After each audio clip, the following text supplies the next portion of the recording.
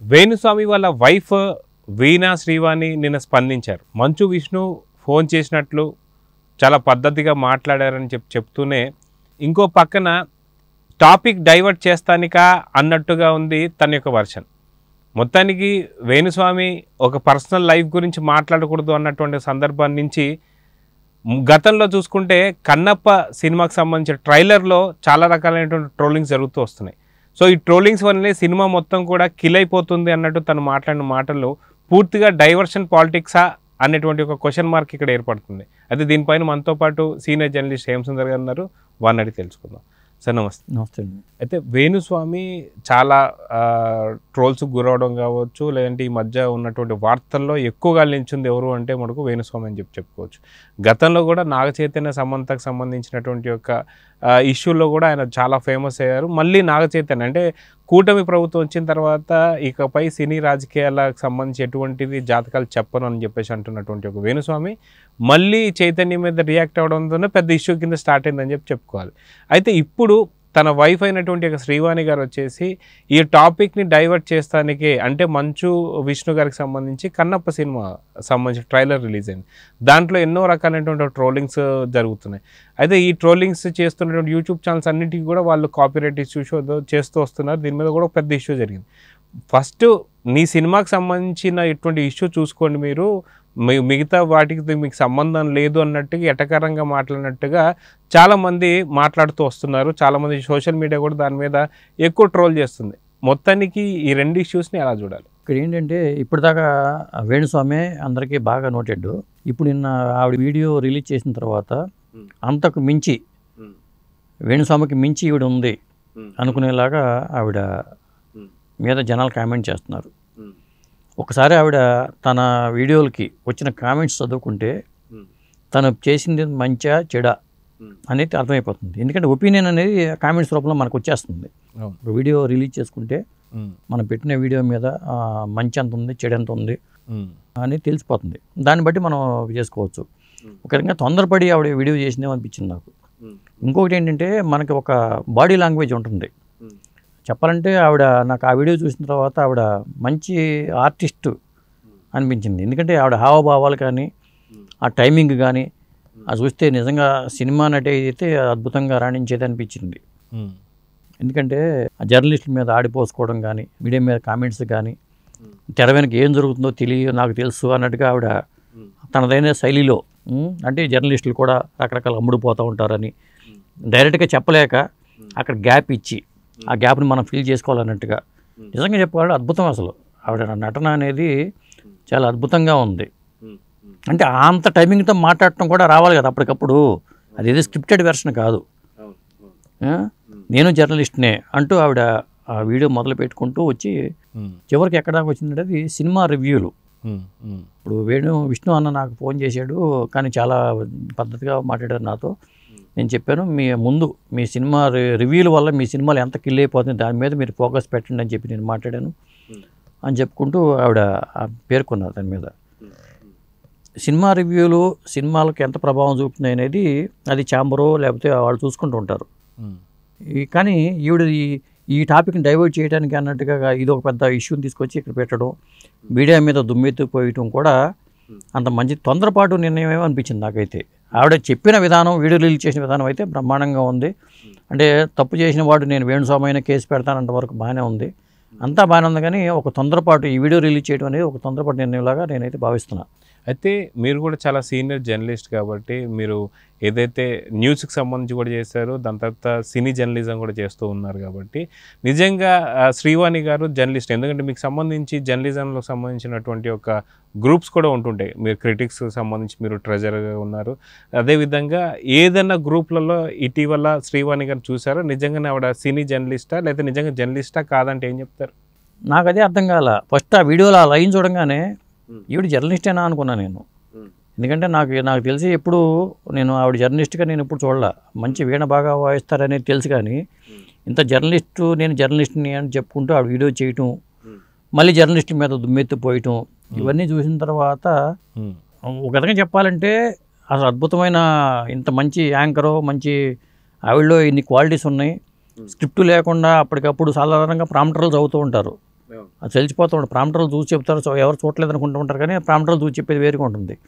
ఈవిడ ఎక్స్ప్రెషన్స్తో చక్కగా న్యాచురల్గా చెప్పుకోవటం అనేది చూస్తే అది మాత్రం అద్భుతంగా ఉంది. కానీ ఇక్కడ వేణుస్వామిని కవర్ చేసుకోవడం కోసం దీని మీద మళ్ళీ సినిమాలతో ముడిపెట్టి సినిమా రివ్యూవర్ల వల్ల సినిమాలు దెబ్బతింటాయి అంటాం. దీనికి నేను అబ్జెక్ట్ చేస్తున్నా. కేవలం రివ్యూ వల్ల సినిమాలో దెబ్బతింటం అనేది కరెక్ట్ కాదు.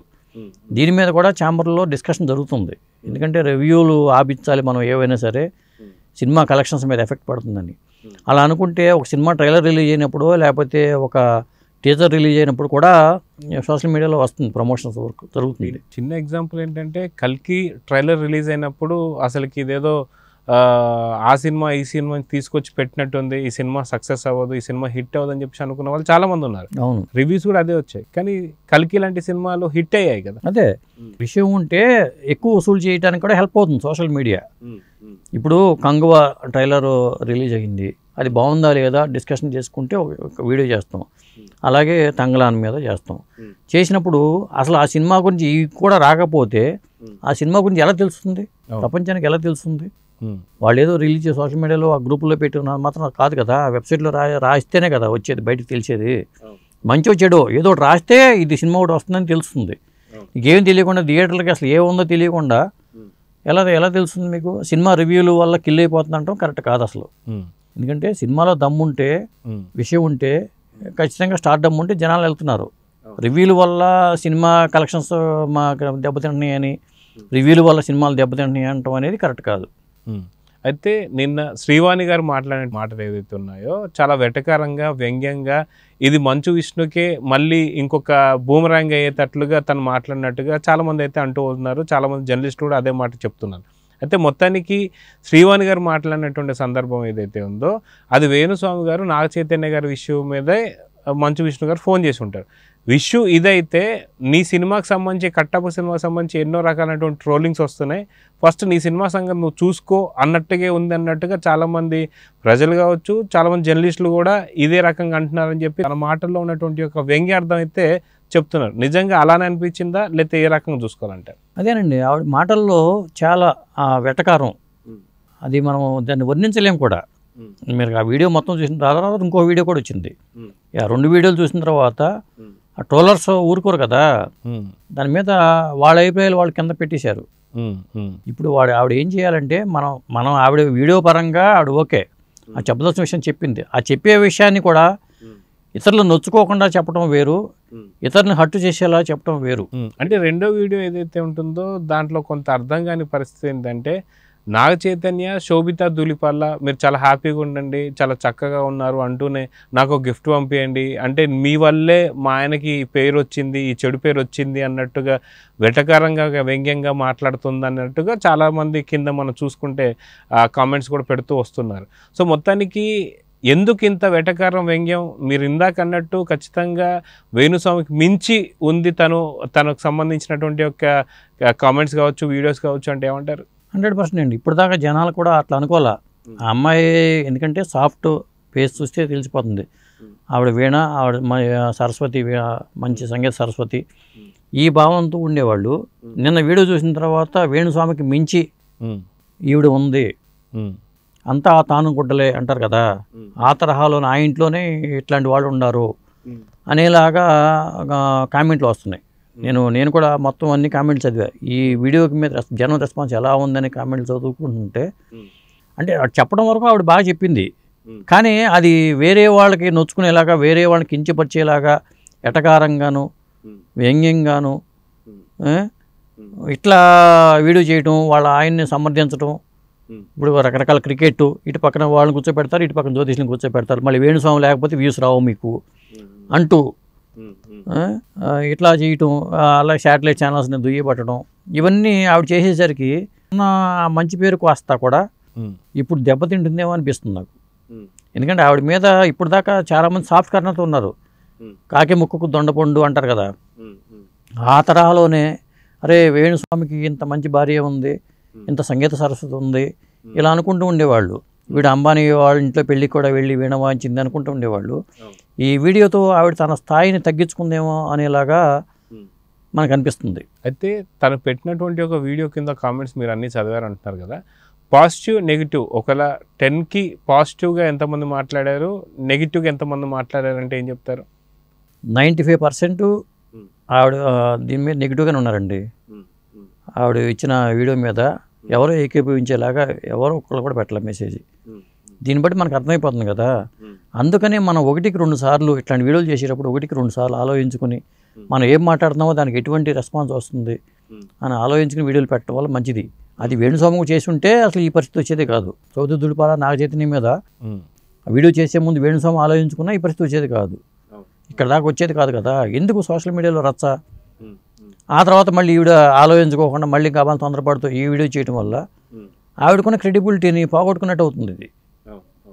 అది కరెక్ట్గా లేదు. ఎందుకంటే దాన్ని ఇప్పుడు ఎంత వైరల్ అవుతున్నాయంటే ఆవిడ వీడియోలు, ఇప్పటిదాకా వేణుస్వామి అనుకున్నాము, వేణుస్వామిని మించి ఉన్నావు నువ్వు అన్నట్టుగా కామెంట్లు పెడుతున్నారు. అది ఒక విధంగా తొందరపాటు నిర్ణయం అనిపించింది నాకు ఈ వీడియో చేసి పెట్టడం అనేది. ఆవిడ వెళ్లకుండా ఊరుకుని ఉంటే పోయేది. దీంట్లో వేలు పెట్టకుండా తన భర్తకు సంబంధించిన ఇష్యూలో ఆవిడ వేలు పెట్టకుండా ఉంటే గొడవ ఉండేది కాదు. ఉన్న తర్వాత మళ్ళీ మీడియాని దుమ్మెత్తిపోయటం, జర్నలిస్టులు దుమ్మెత్తిపోయటం, ఇట్లా మాట్లాడటం కూడా కరెక్ట్ కాదు. మళ్ళీ దీని మీద ఆవిడ రకరకాల వీడియోలు చేయొచ్చు, మనం చెప్పలేము. అయితే యాజ్ ఎ జర్నలిస్ట్గా, అది క్రిటిక్స్ అసోసియేషన్ మీరు ట్రెజరర్గా ఉన్నారు కాబట్టి మీ పరంగా ఆవిడ జర్నలిస్టా కాదా అని మళ్ళీ ఇప్పుడు ఎంక్వైరీ ఏమైనా చేసే అవకాశం ఉందంటారా? ఆవిడ జర్నలిస్ట్ అని ఆవిడే చెప్పుకున్నారు కదండి. ఇప్పుడు చెప్పాలంటే సోషల్ మీడియా వచ్చిన తర్వాత ఎవరు జర్నలిస్టో ఎవరు కాదో కూడా ఎవరికి అర్థం కావట్లా. ఇదో పెద్ద సమస్య. సోషల్ మీడియా వచ్చిన తర్వాత అసలు ఈ జర్నలిస్ట్ ఎవరో నాన్ జర్నలిస్ట్ ఎవరు అనేది తెలియదు. ఇదివరకు పత్రికలు ప్రింట్ మీడియాలో పనిచేసినా లేకపోతే ఇంకో దాంట్లో పనిచేసినా శాటిలైట్ దాంట్లో పనిచేసినా జర్నలిస్టులు నాన్ జర్నలిస్ట్ అని కేటగిరీ ఉండేది. అట్లా ఎంప్లాయీస్లో ఇప్పుడు ఈనాడులో ఒక 5,000 మంది ఎంప్లాయీస్ ఉంటే జర్నలిస్టులు దాంట్లో 1,000 మంది ఉన్నారనుకున్నాం. అట్లా ఉంటారు. అంటే మామూలుగా అక్రిడిటేషన్ కార్డు కానీ అదే ఎక్రిడిటేషన్ కార్డు గవర్నమెంట్ ఇచ్చేది. ఎక్రిడిటేషన్ కార్డు ఉన్న వాళ్ళు జర్నలిస్టులు అంటారు. ఆ కేటగిరీ వేరు. పత్రికల్లో పనిచేసే వాళ్ళే ప్రూఫ్ రీడర్. ఇదివరకు ప్రూఫ్ రీడర్లకి వింగ్ ఉండేది. ప్రూఫ్ రీడర్లు, సబ్ ఎడిటర్లు, రిపోర్టర్లు, న్యూస్ ఎడిటర్లు వీళ్ళంతా జర్నలిస్ట్ కేటగిరీకి వచ్చేస్తారు. ఇప్పుడు ప్రూఫ్ రీడర్ అనే వ్యవస్థ లేదు. జర్నలిస్టులు అంటే రిపోర్టర్లు, సబ్ ఎడిటర్లు వీళ్ళే జర్నలిస్టులు. అట్లా ఉండేది. ఇప్పుడు వచ్చేసరికి సోషల్ మీడియా వచ్చిన తర్వాత, యూట్యూబ్ వచ్చిన తర్వాత, ఇది ఒక కుటీర పరిశ్రమగా మారిపోయిన తర్వాత లోగో పెట్టుకోవడం, ఎవరికైనా వెళ్ళిపోవడం అనేది దాంతో చెరిగిపోయింది. వీళ్ళ మధ్యలో ఉన్న గ్యాప్ అనేది వీళ్ళు కూడా నేను జర్నలిస్ట్ అంటున్నారు. దీనికి ఏం చెప్పలేము. ఇప్పుడు అది ఎవరో దీని మీద అది నిర్ణయం చట్టబద్ధమైన ఒక నిర్ణయం తీసుకోవడం, ఎవరు జర్నలిస్టు ఎవరు కాదనే దాని మీద కసరత్తులు జరగాల్సిన అవసరం అయితే ఉంది. ఇప్పుడు ఆవిడ జర్నలిస్టా కాదా అనేది నాకైతే తెలియదు. నేను ఇంతవరకు అయితే జర్నలిస్ట్గా తెలియదు. ఆవిడ వీణా శ్రీవాణిగానే తెలుసు తప్పితే మిగతా విషయాలు నాకు తెలియదు. ఎందుకంటే ఆవిడ వీణ పరంగానే తెలుసు, కానీ ఇంత అంటే ఆవిడ వాయించే వీణ ఇంత కర్ణకఠోరంగా ఉంటుందని మాత్రం నాకు ఆవిడ వాయిస్ ఎంత అనిపించింది. సో చూద్దాం సార్, మొత్తానికి దీనికి ఎక్స్టెండెడ్గా వేణుస్వామి చేసినట్టుగా మళ్ళీ ఎక్స్టెండెడ్ మళ్ళీ ఇంకేమైనా వీడియోస్ తను చేస్తుందా లేదా అనేది అయితే చూద్దాం. మొత్తానికైతే తను మాటల్లో మాత్రం ఇది నాగ చైతన్య శోభితా ధూళిపాల మ్యాటర్ కాస్త ఇటు పక్క కన్నప్పకి డైవర్ట్ చేసిందా, విష్ణుని తన సినిమాని తనే చూసుకో, ఫస్ట్ నీ సినిమాకి సంగతి చూసుకో అన్నట్టు మాట్లాడింది అనేటువంటి విమర్శలు ఎక్కువ వస్తున్నాయి. చూద్దాం ఏం జరుగుతుంది. నమస్తే.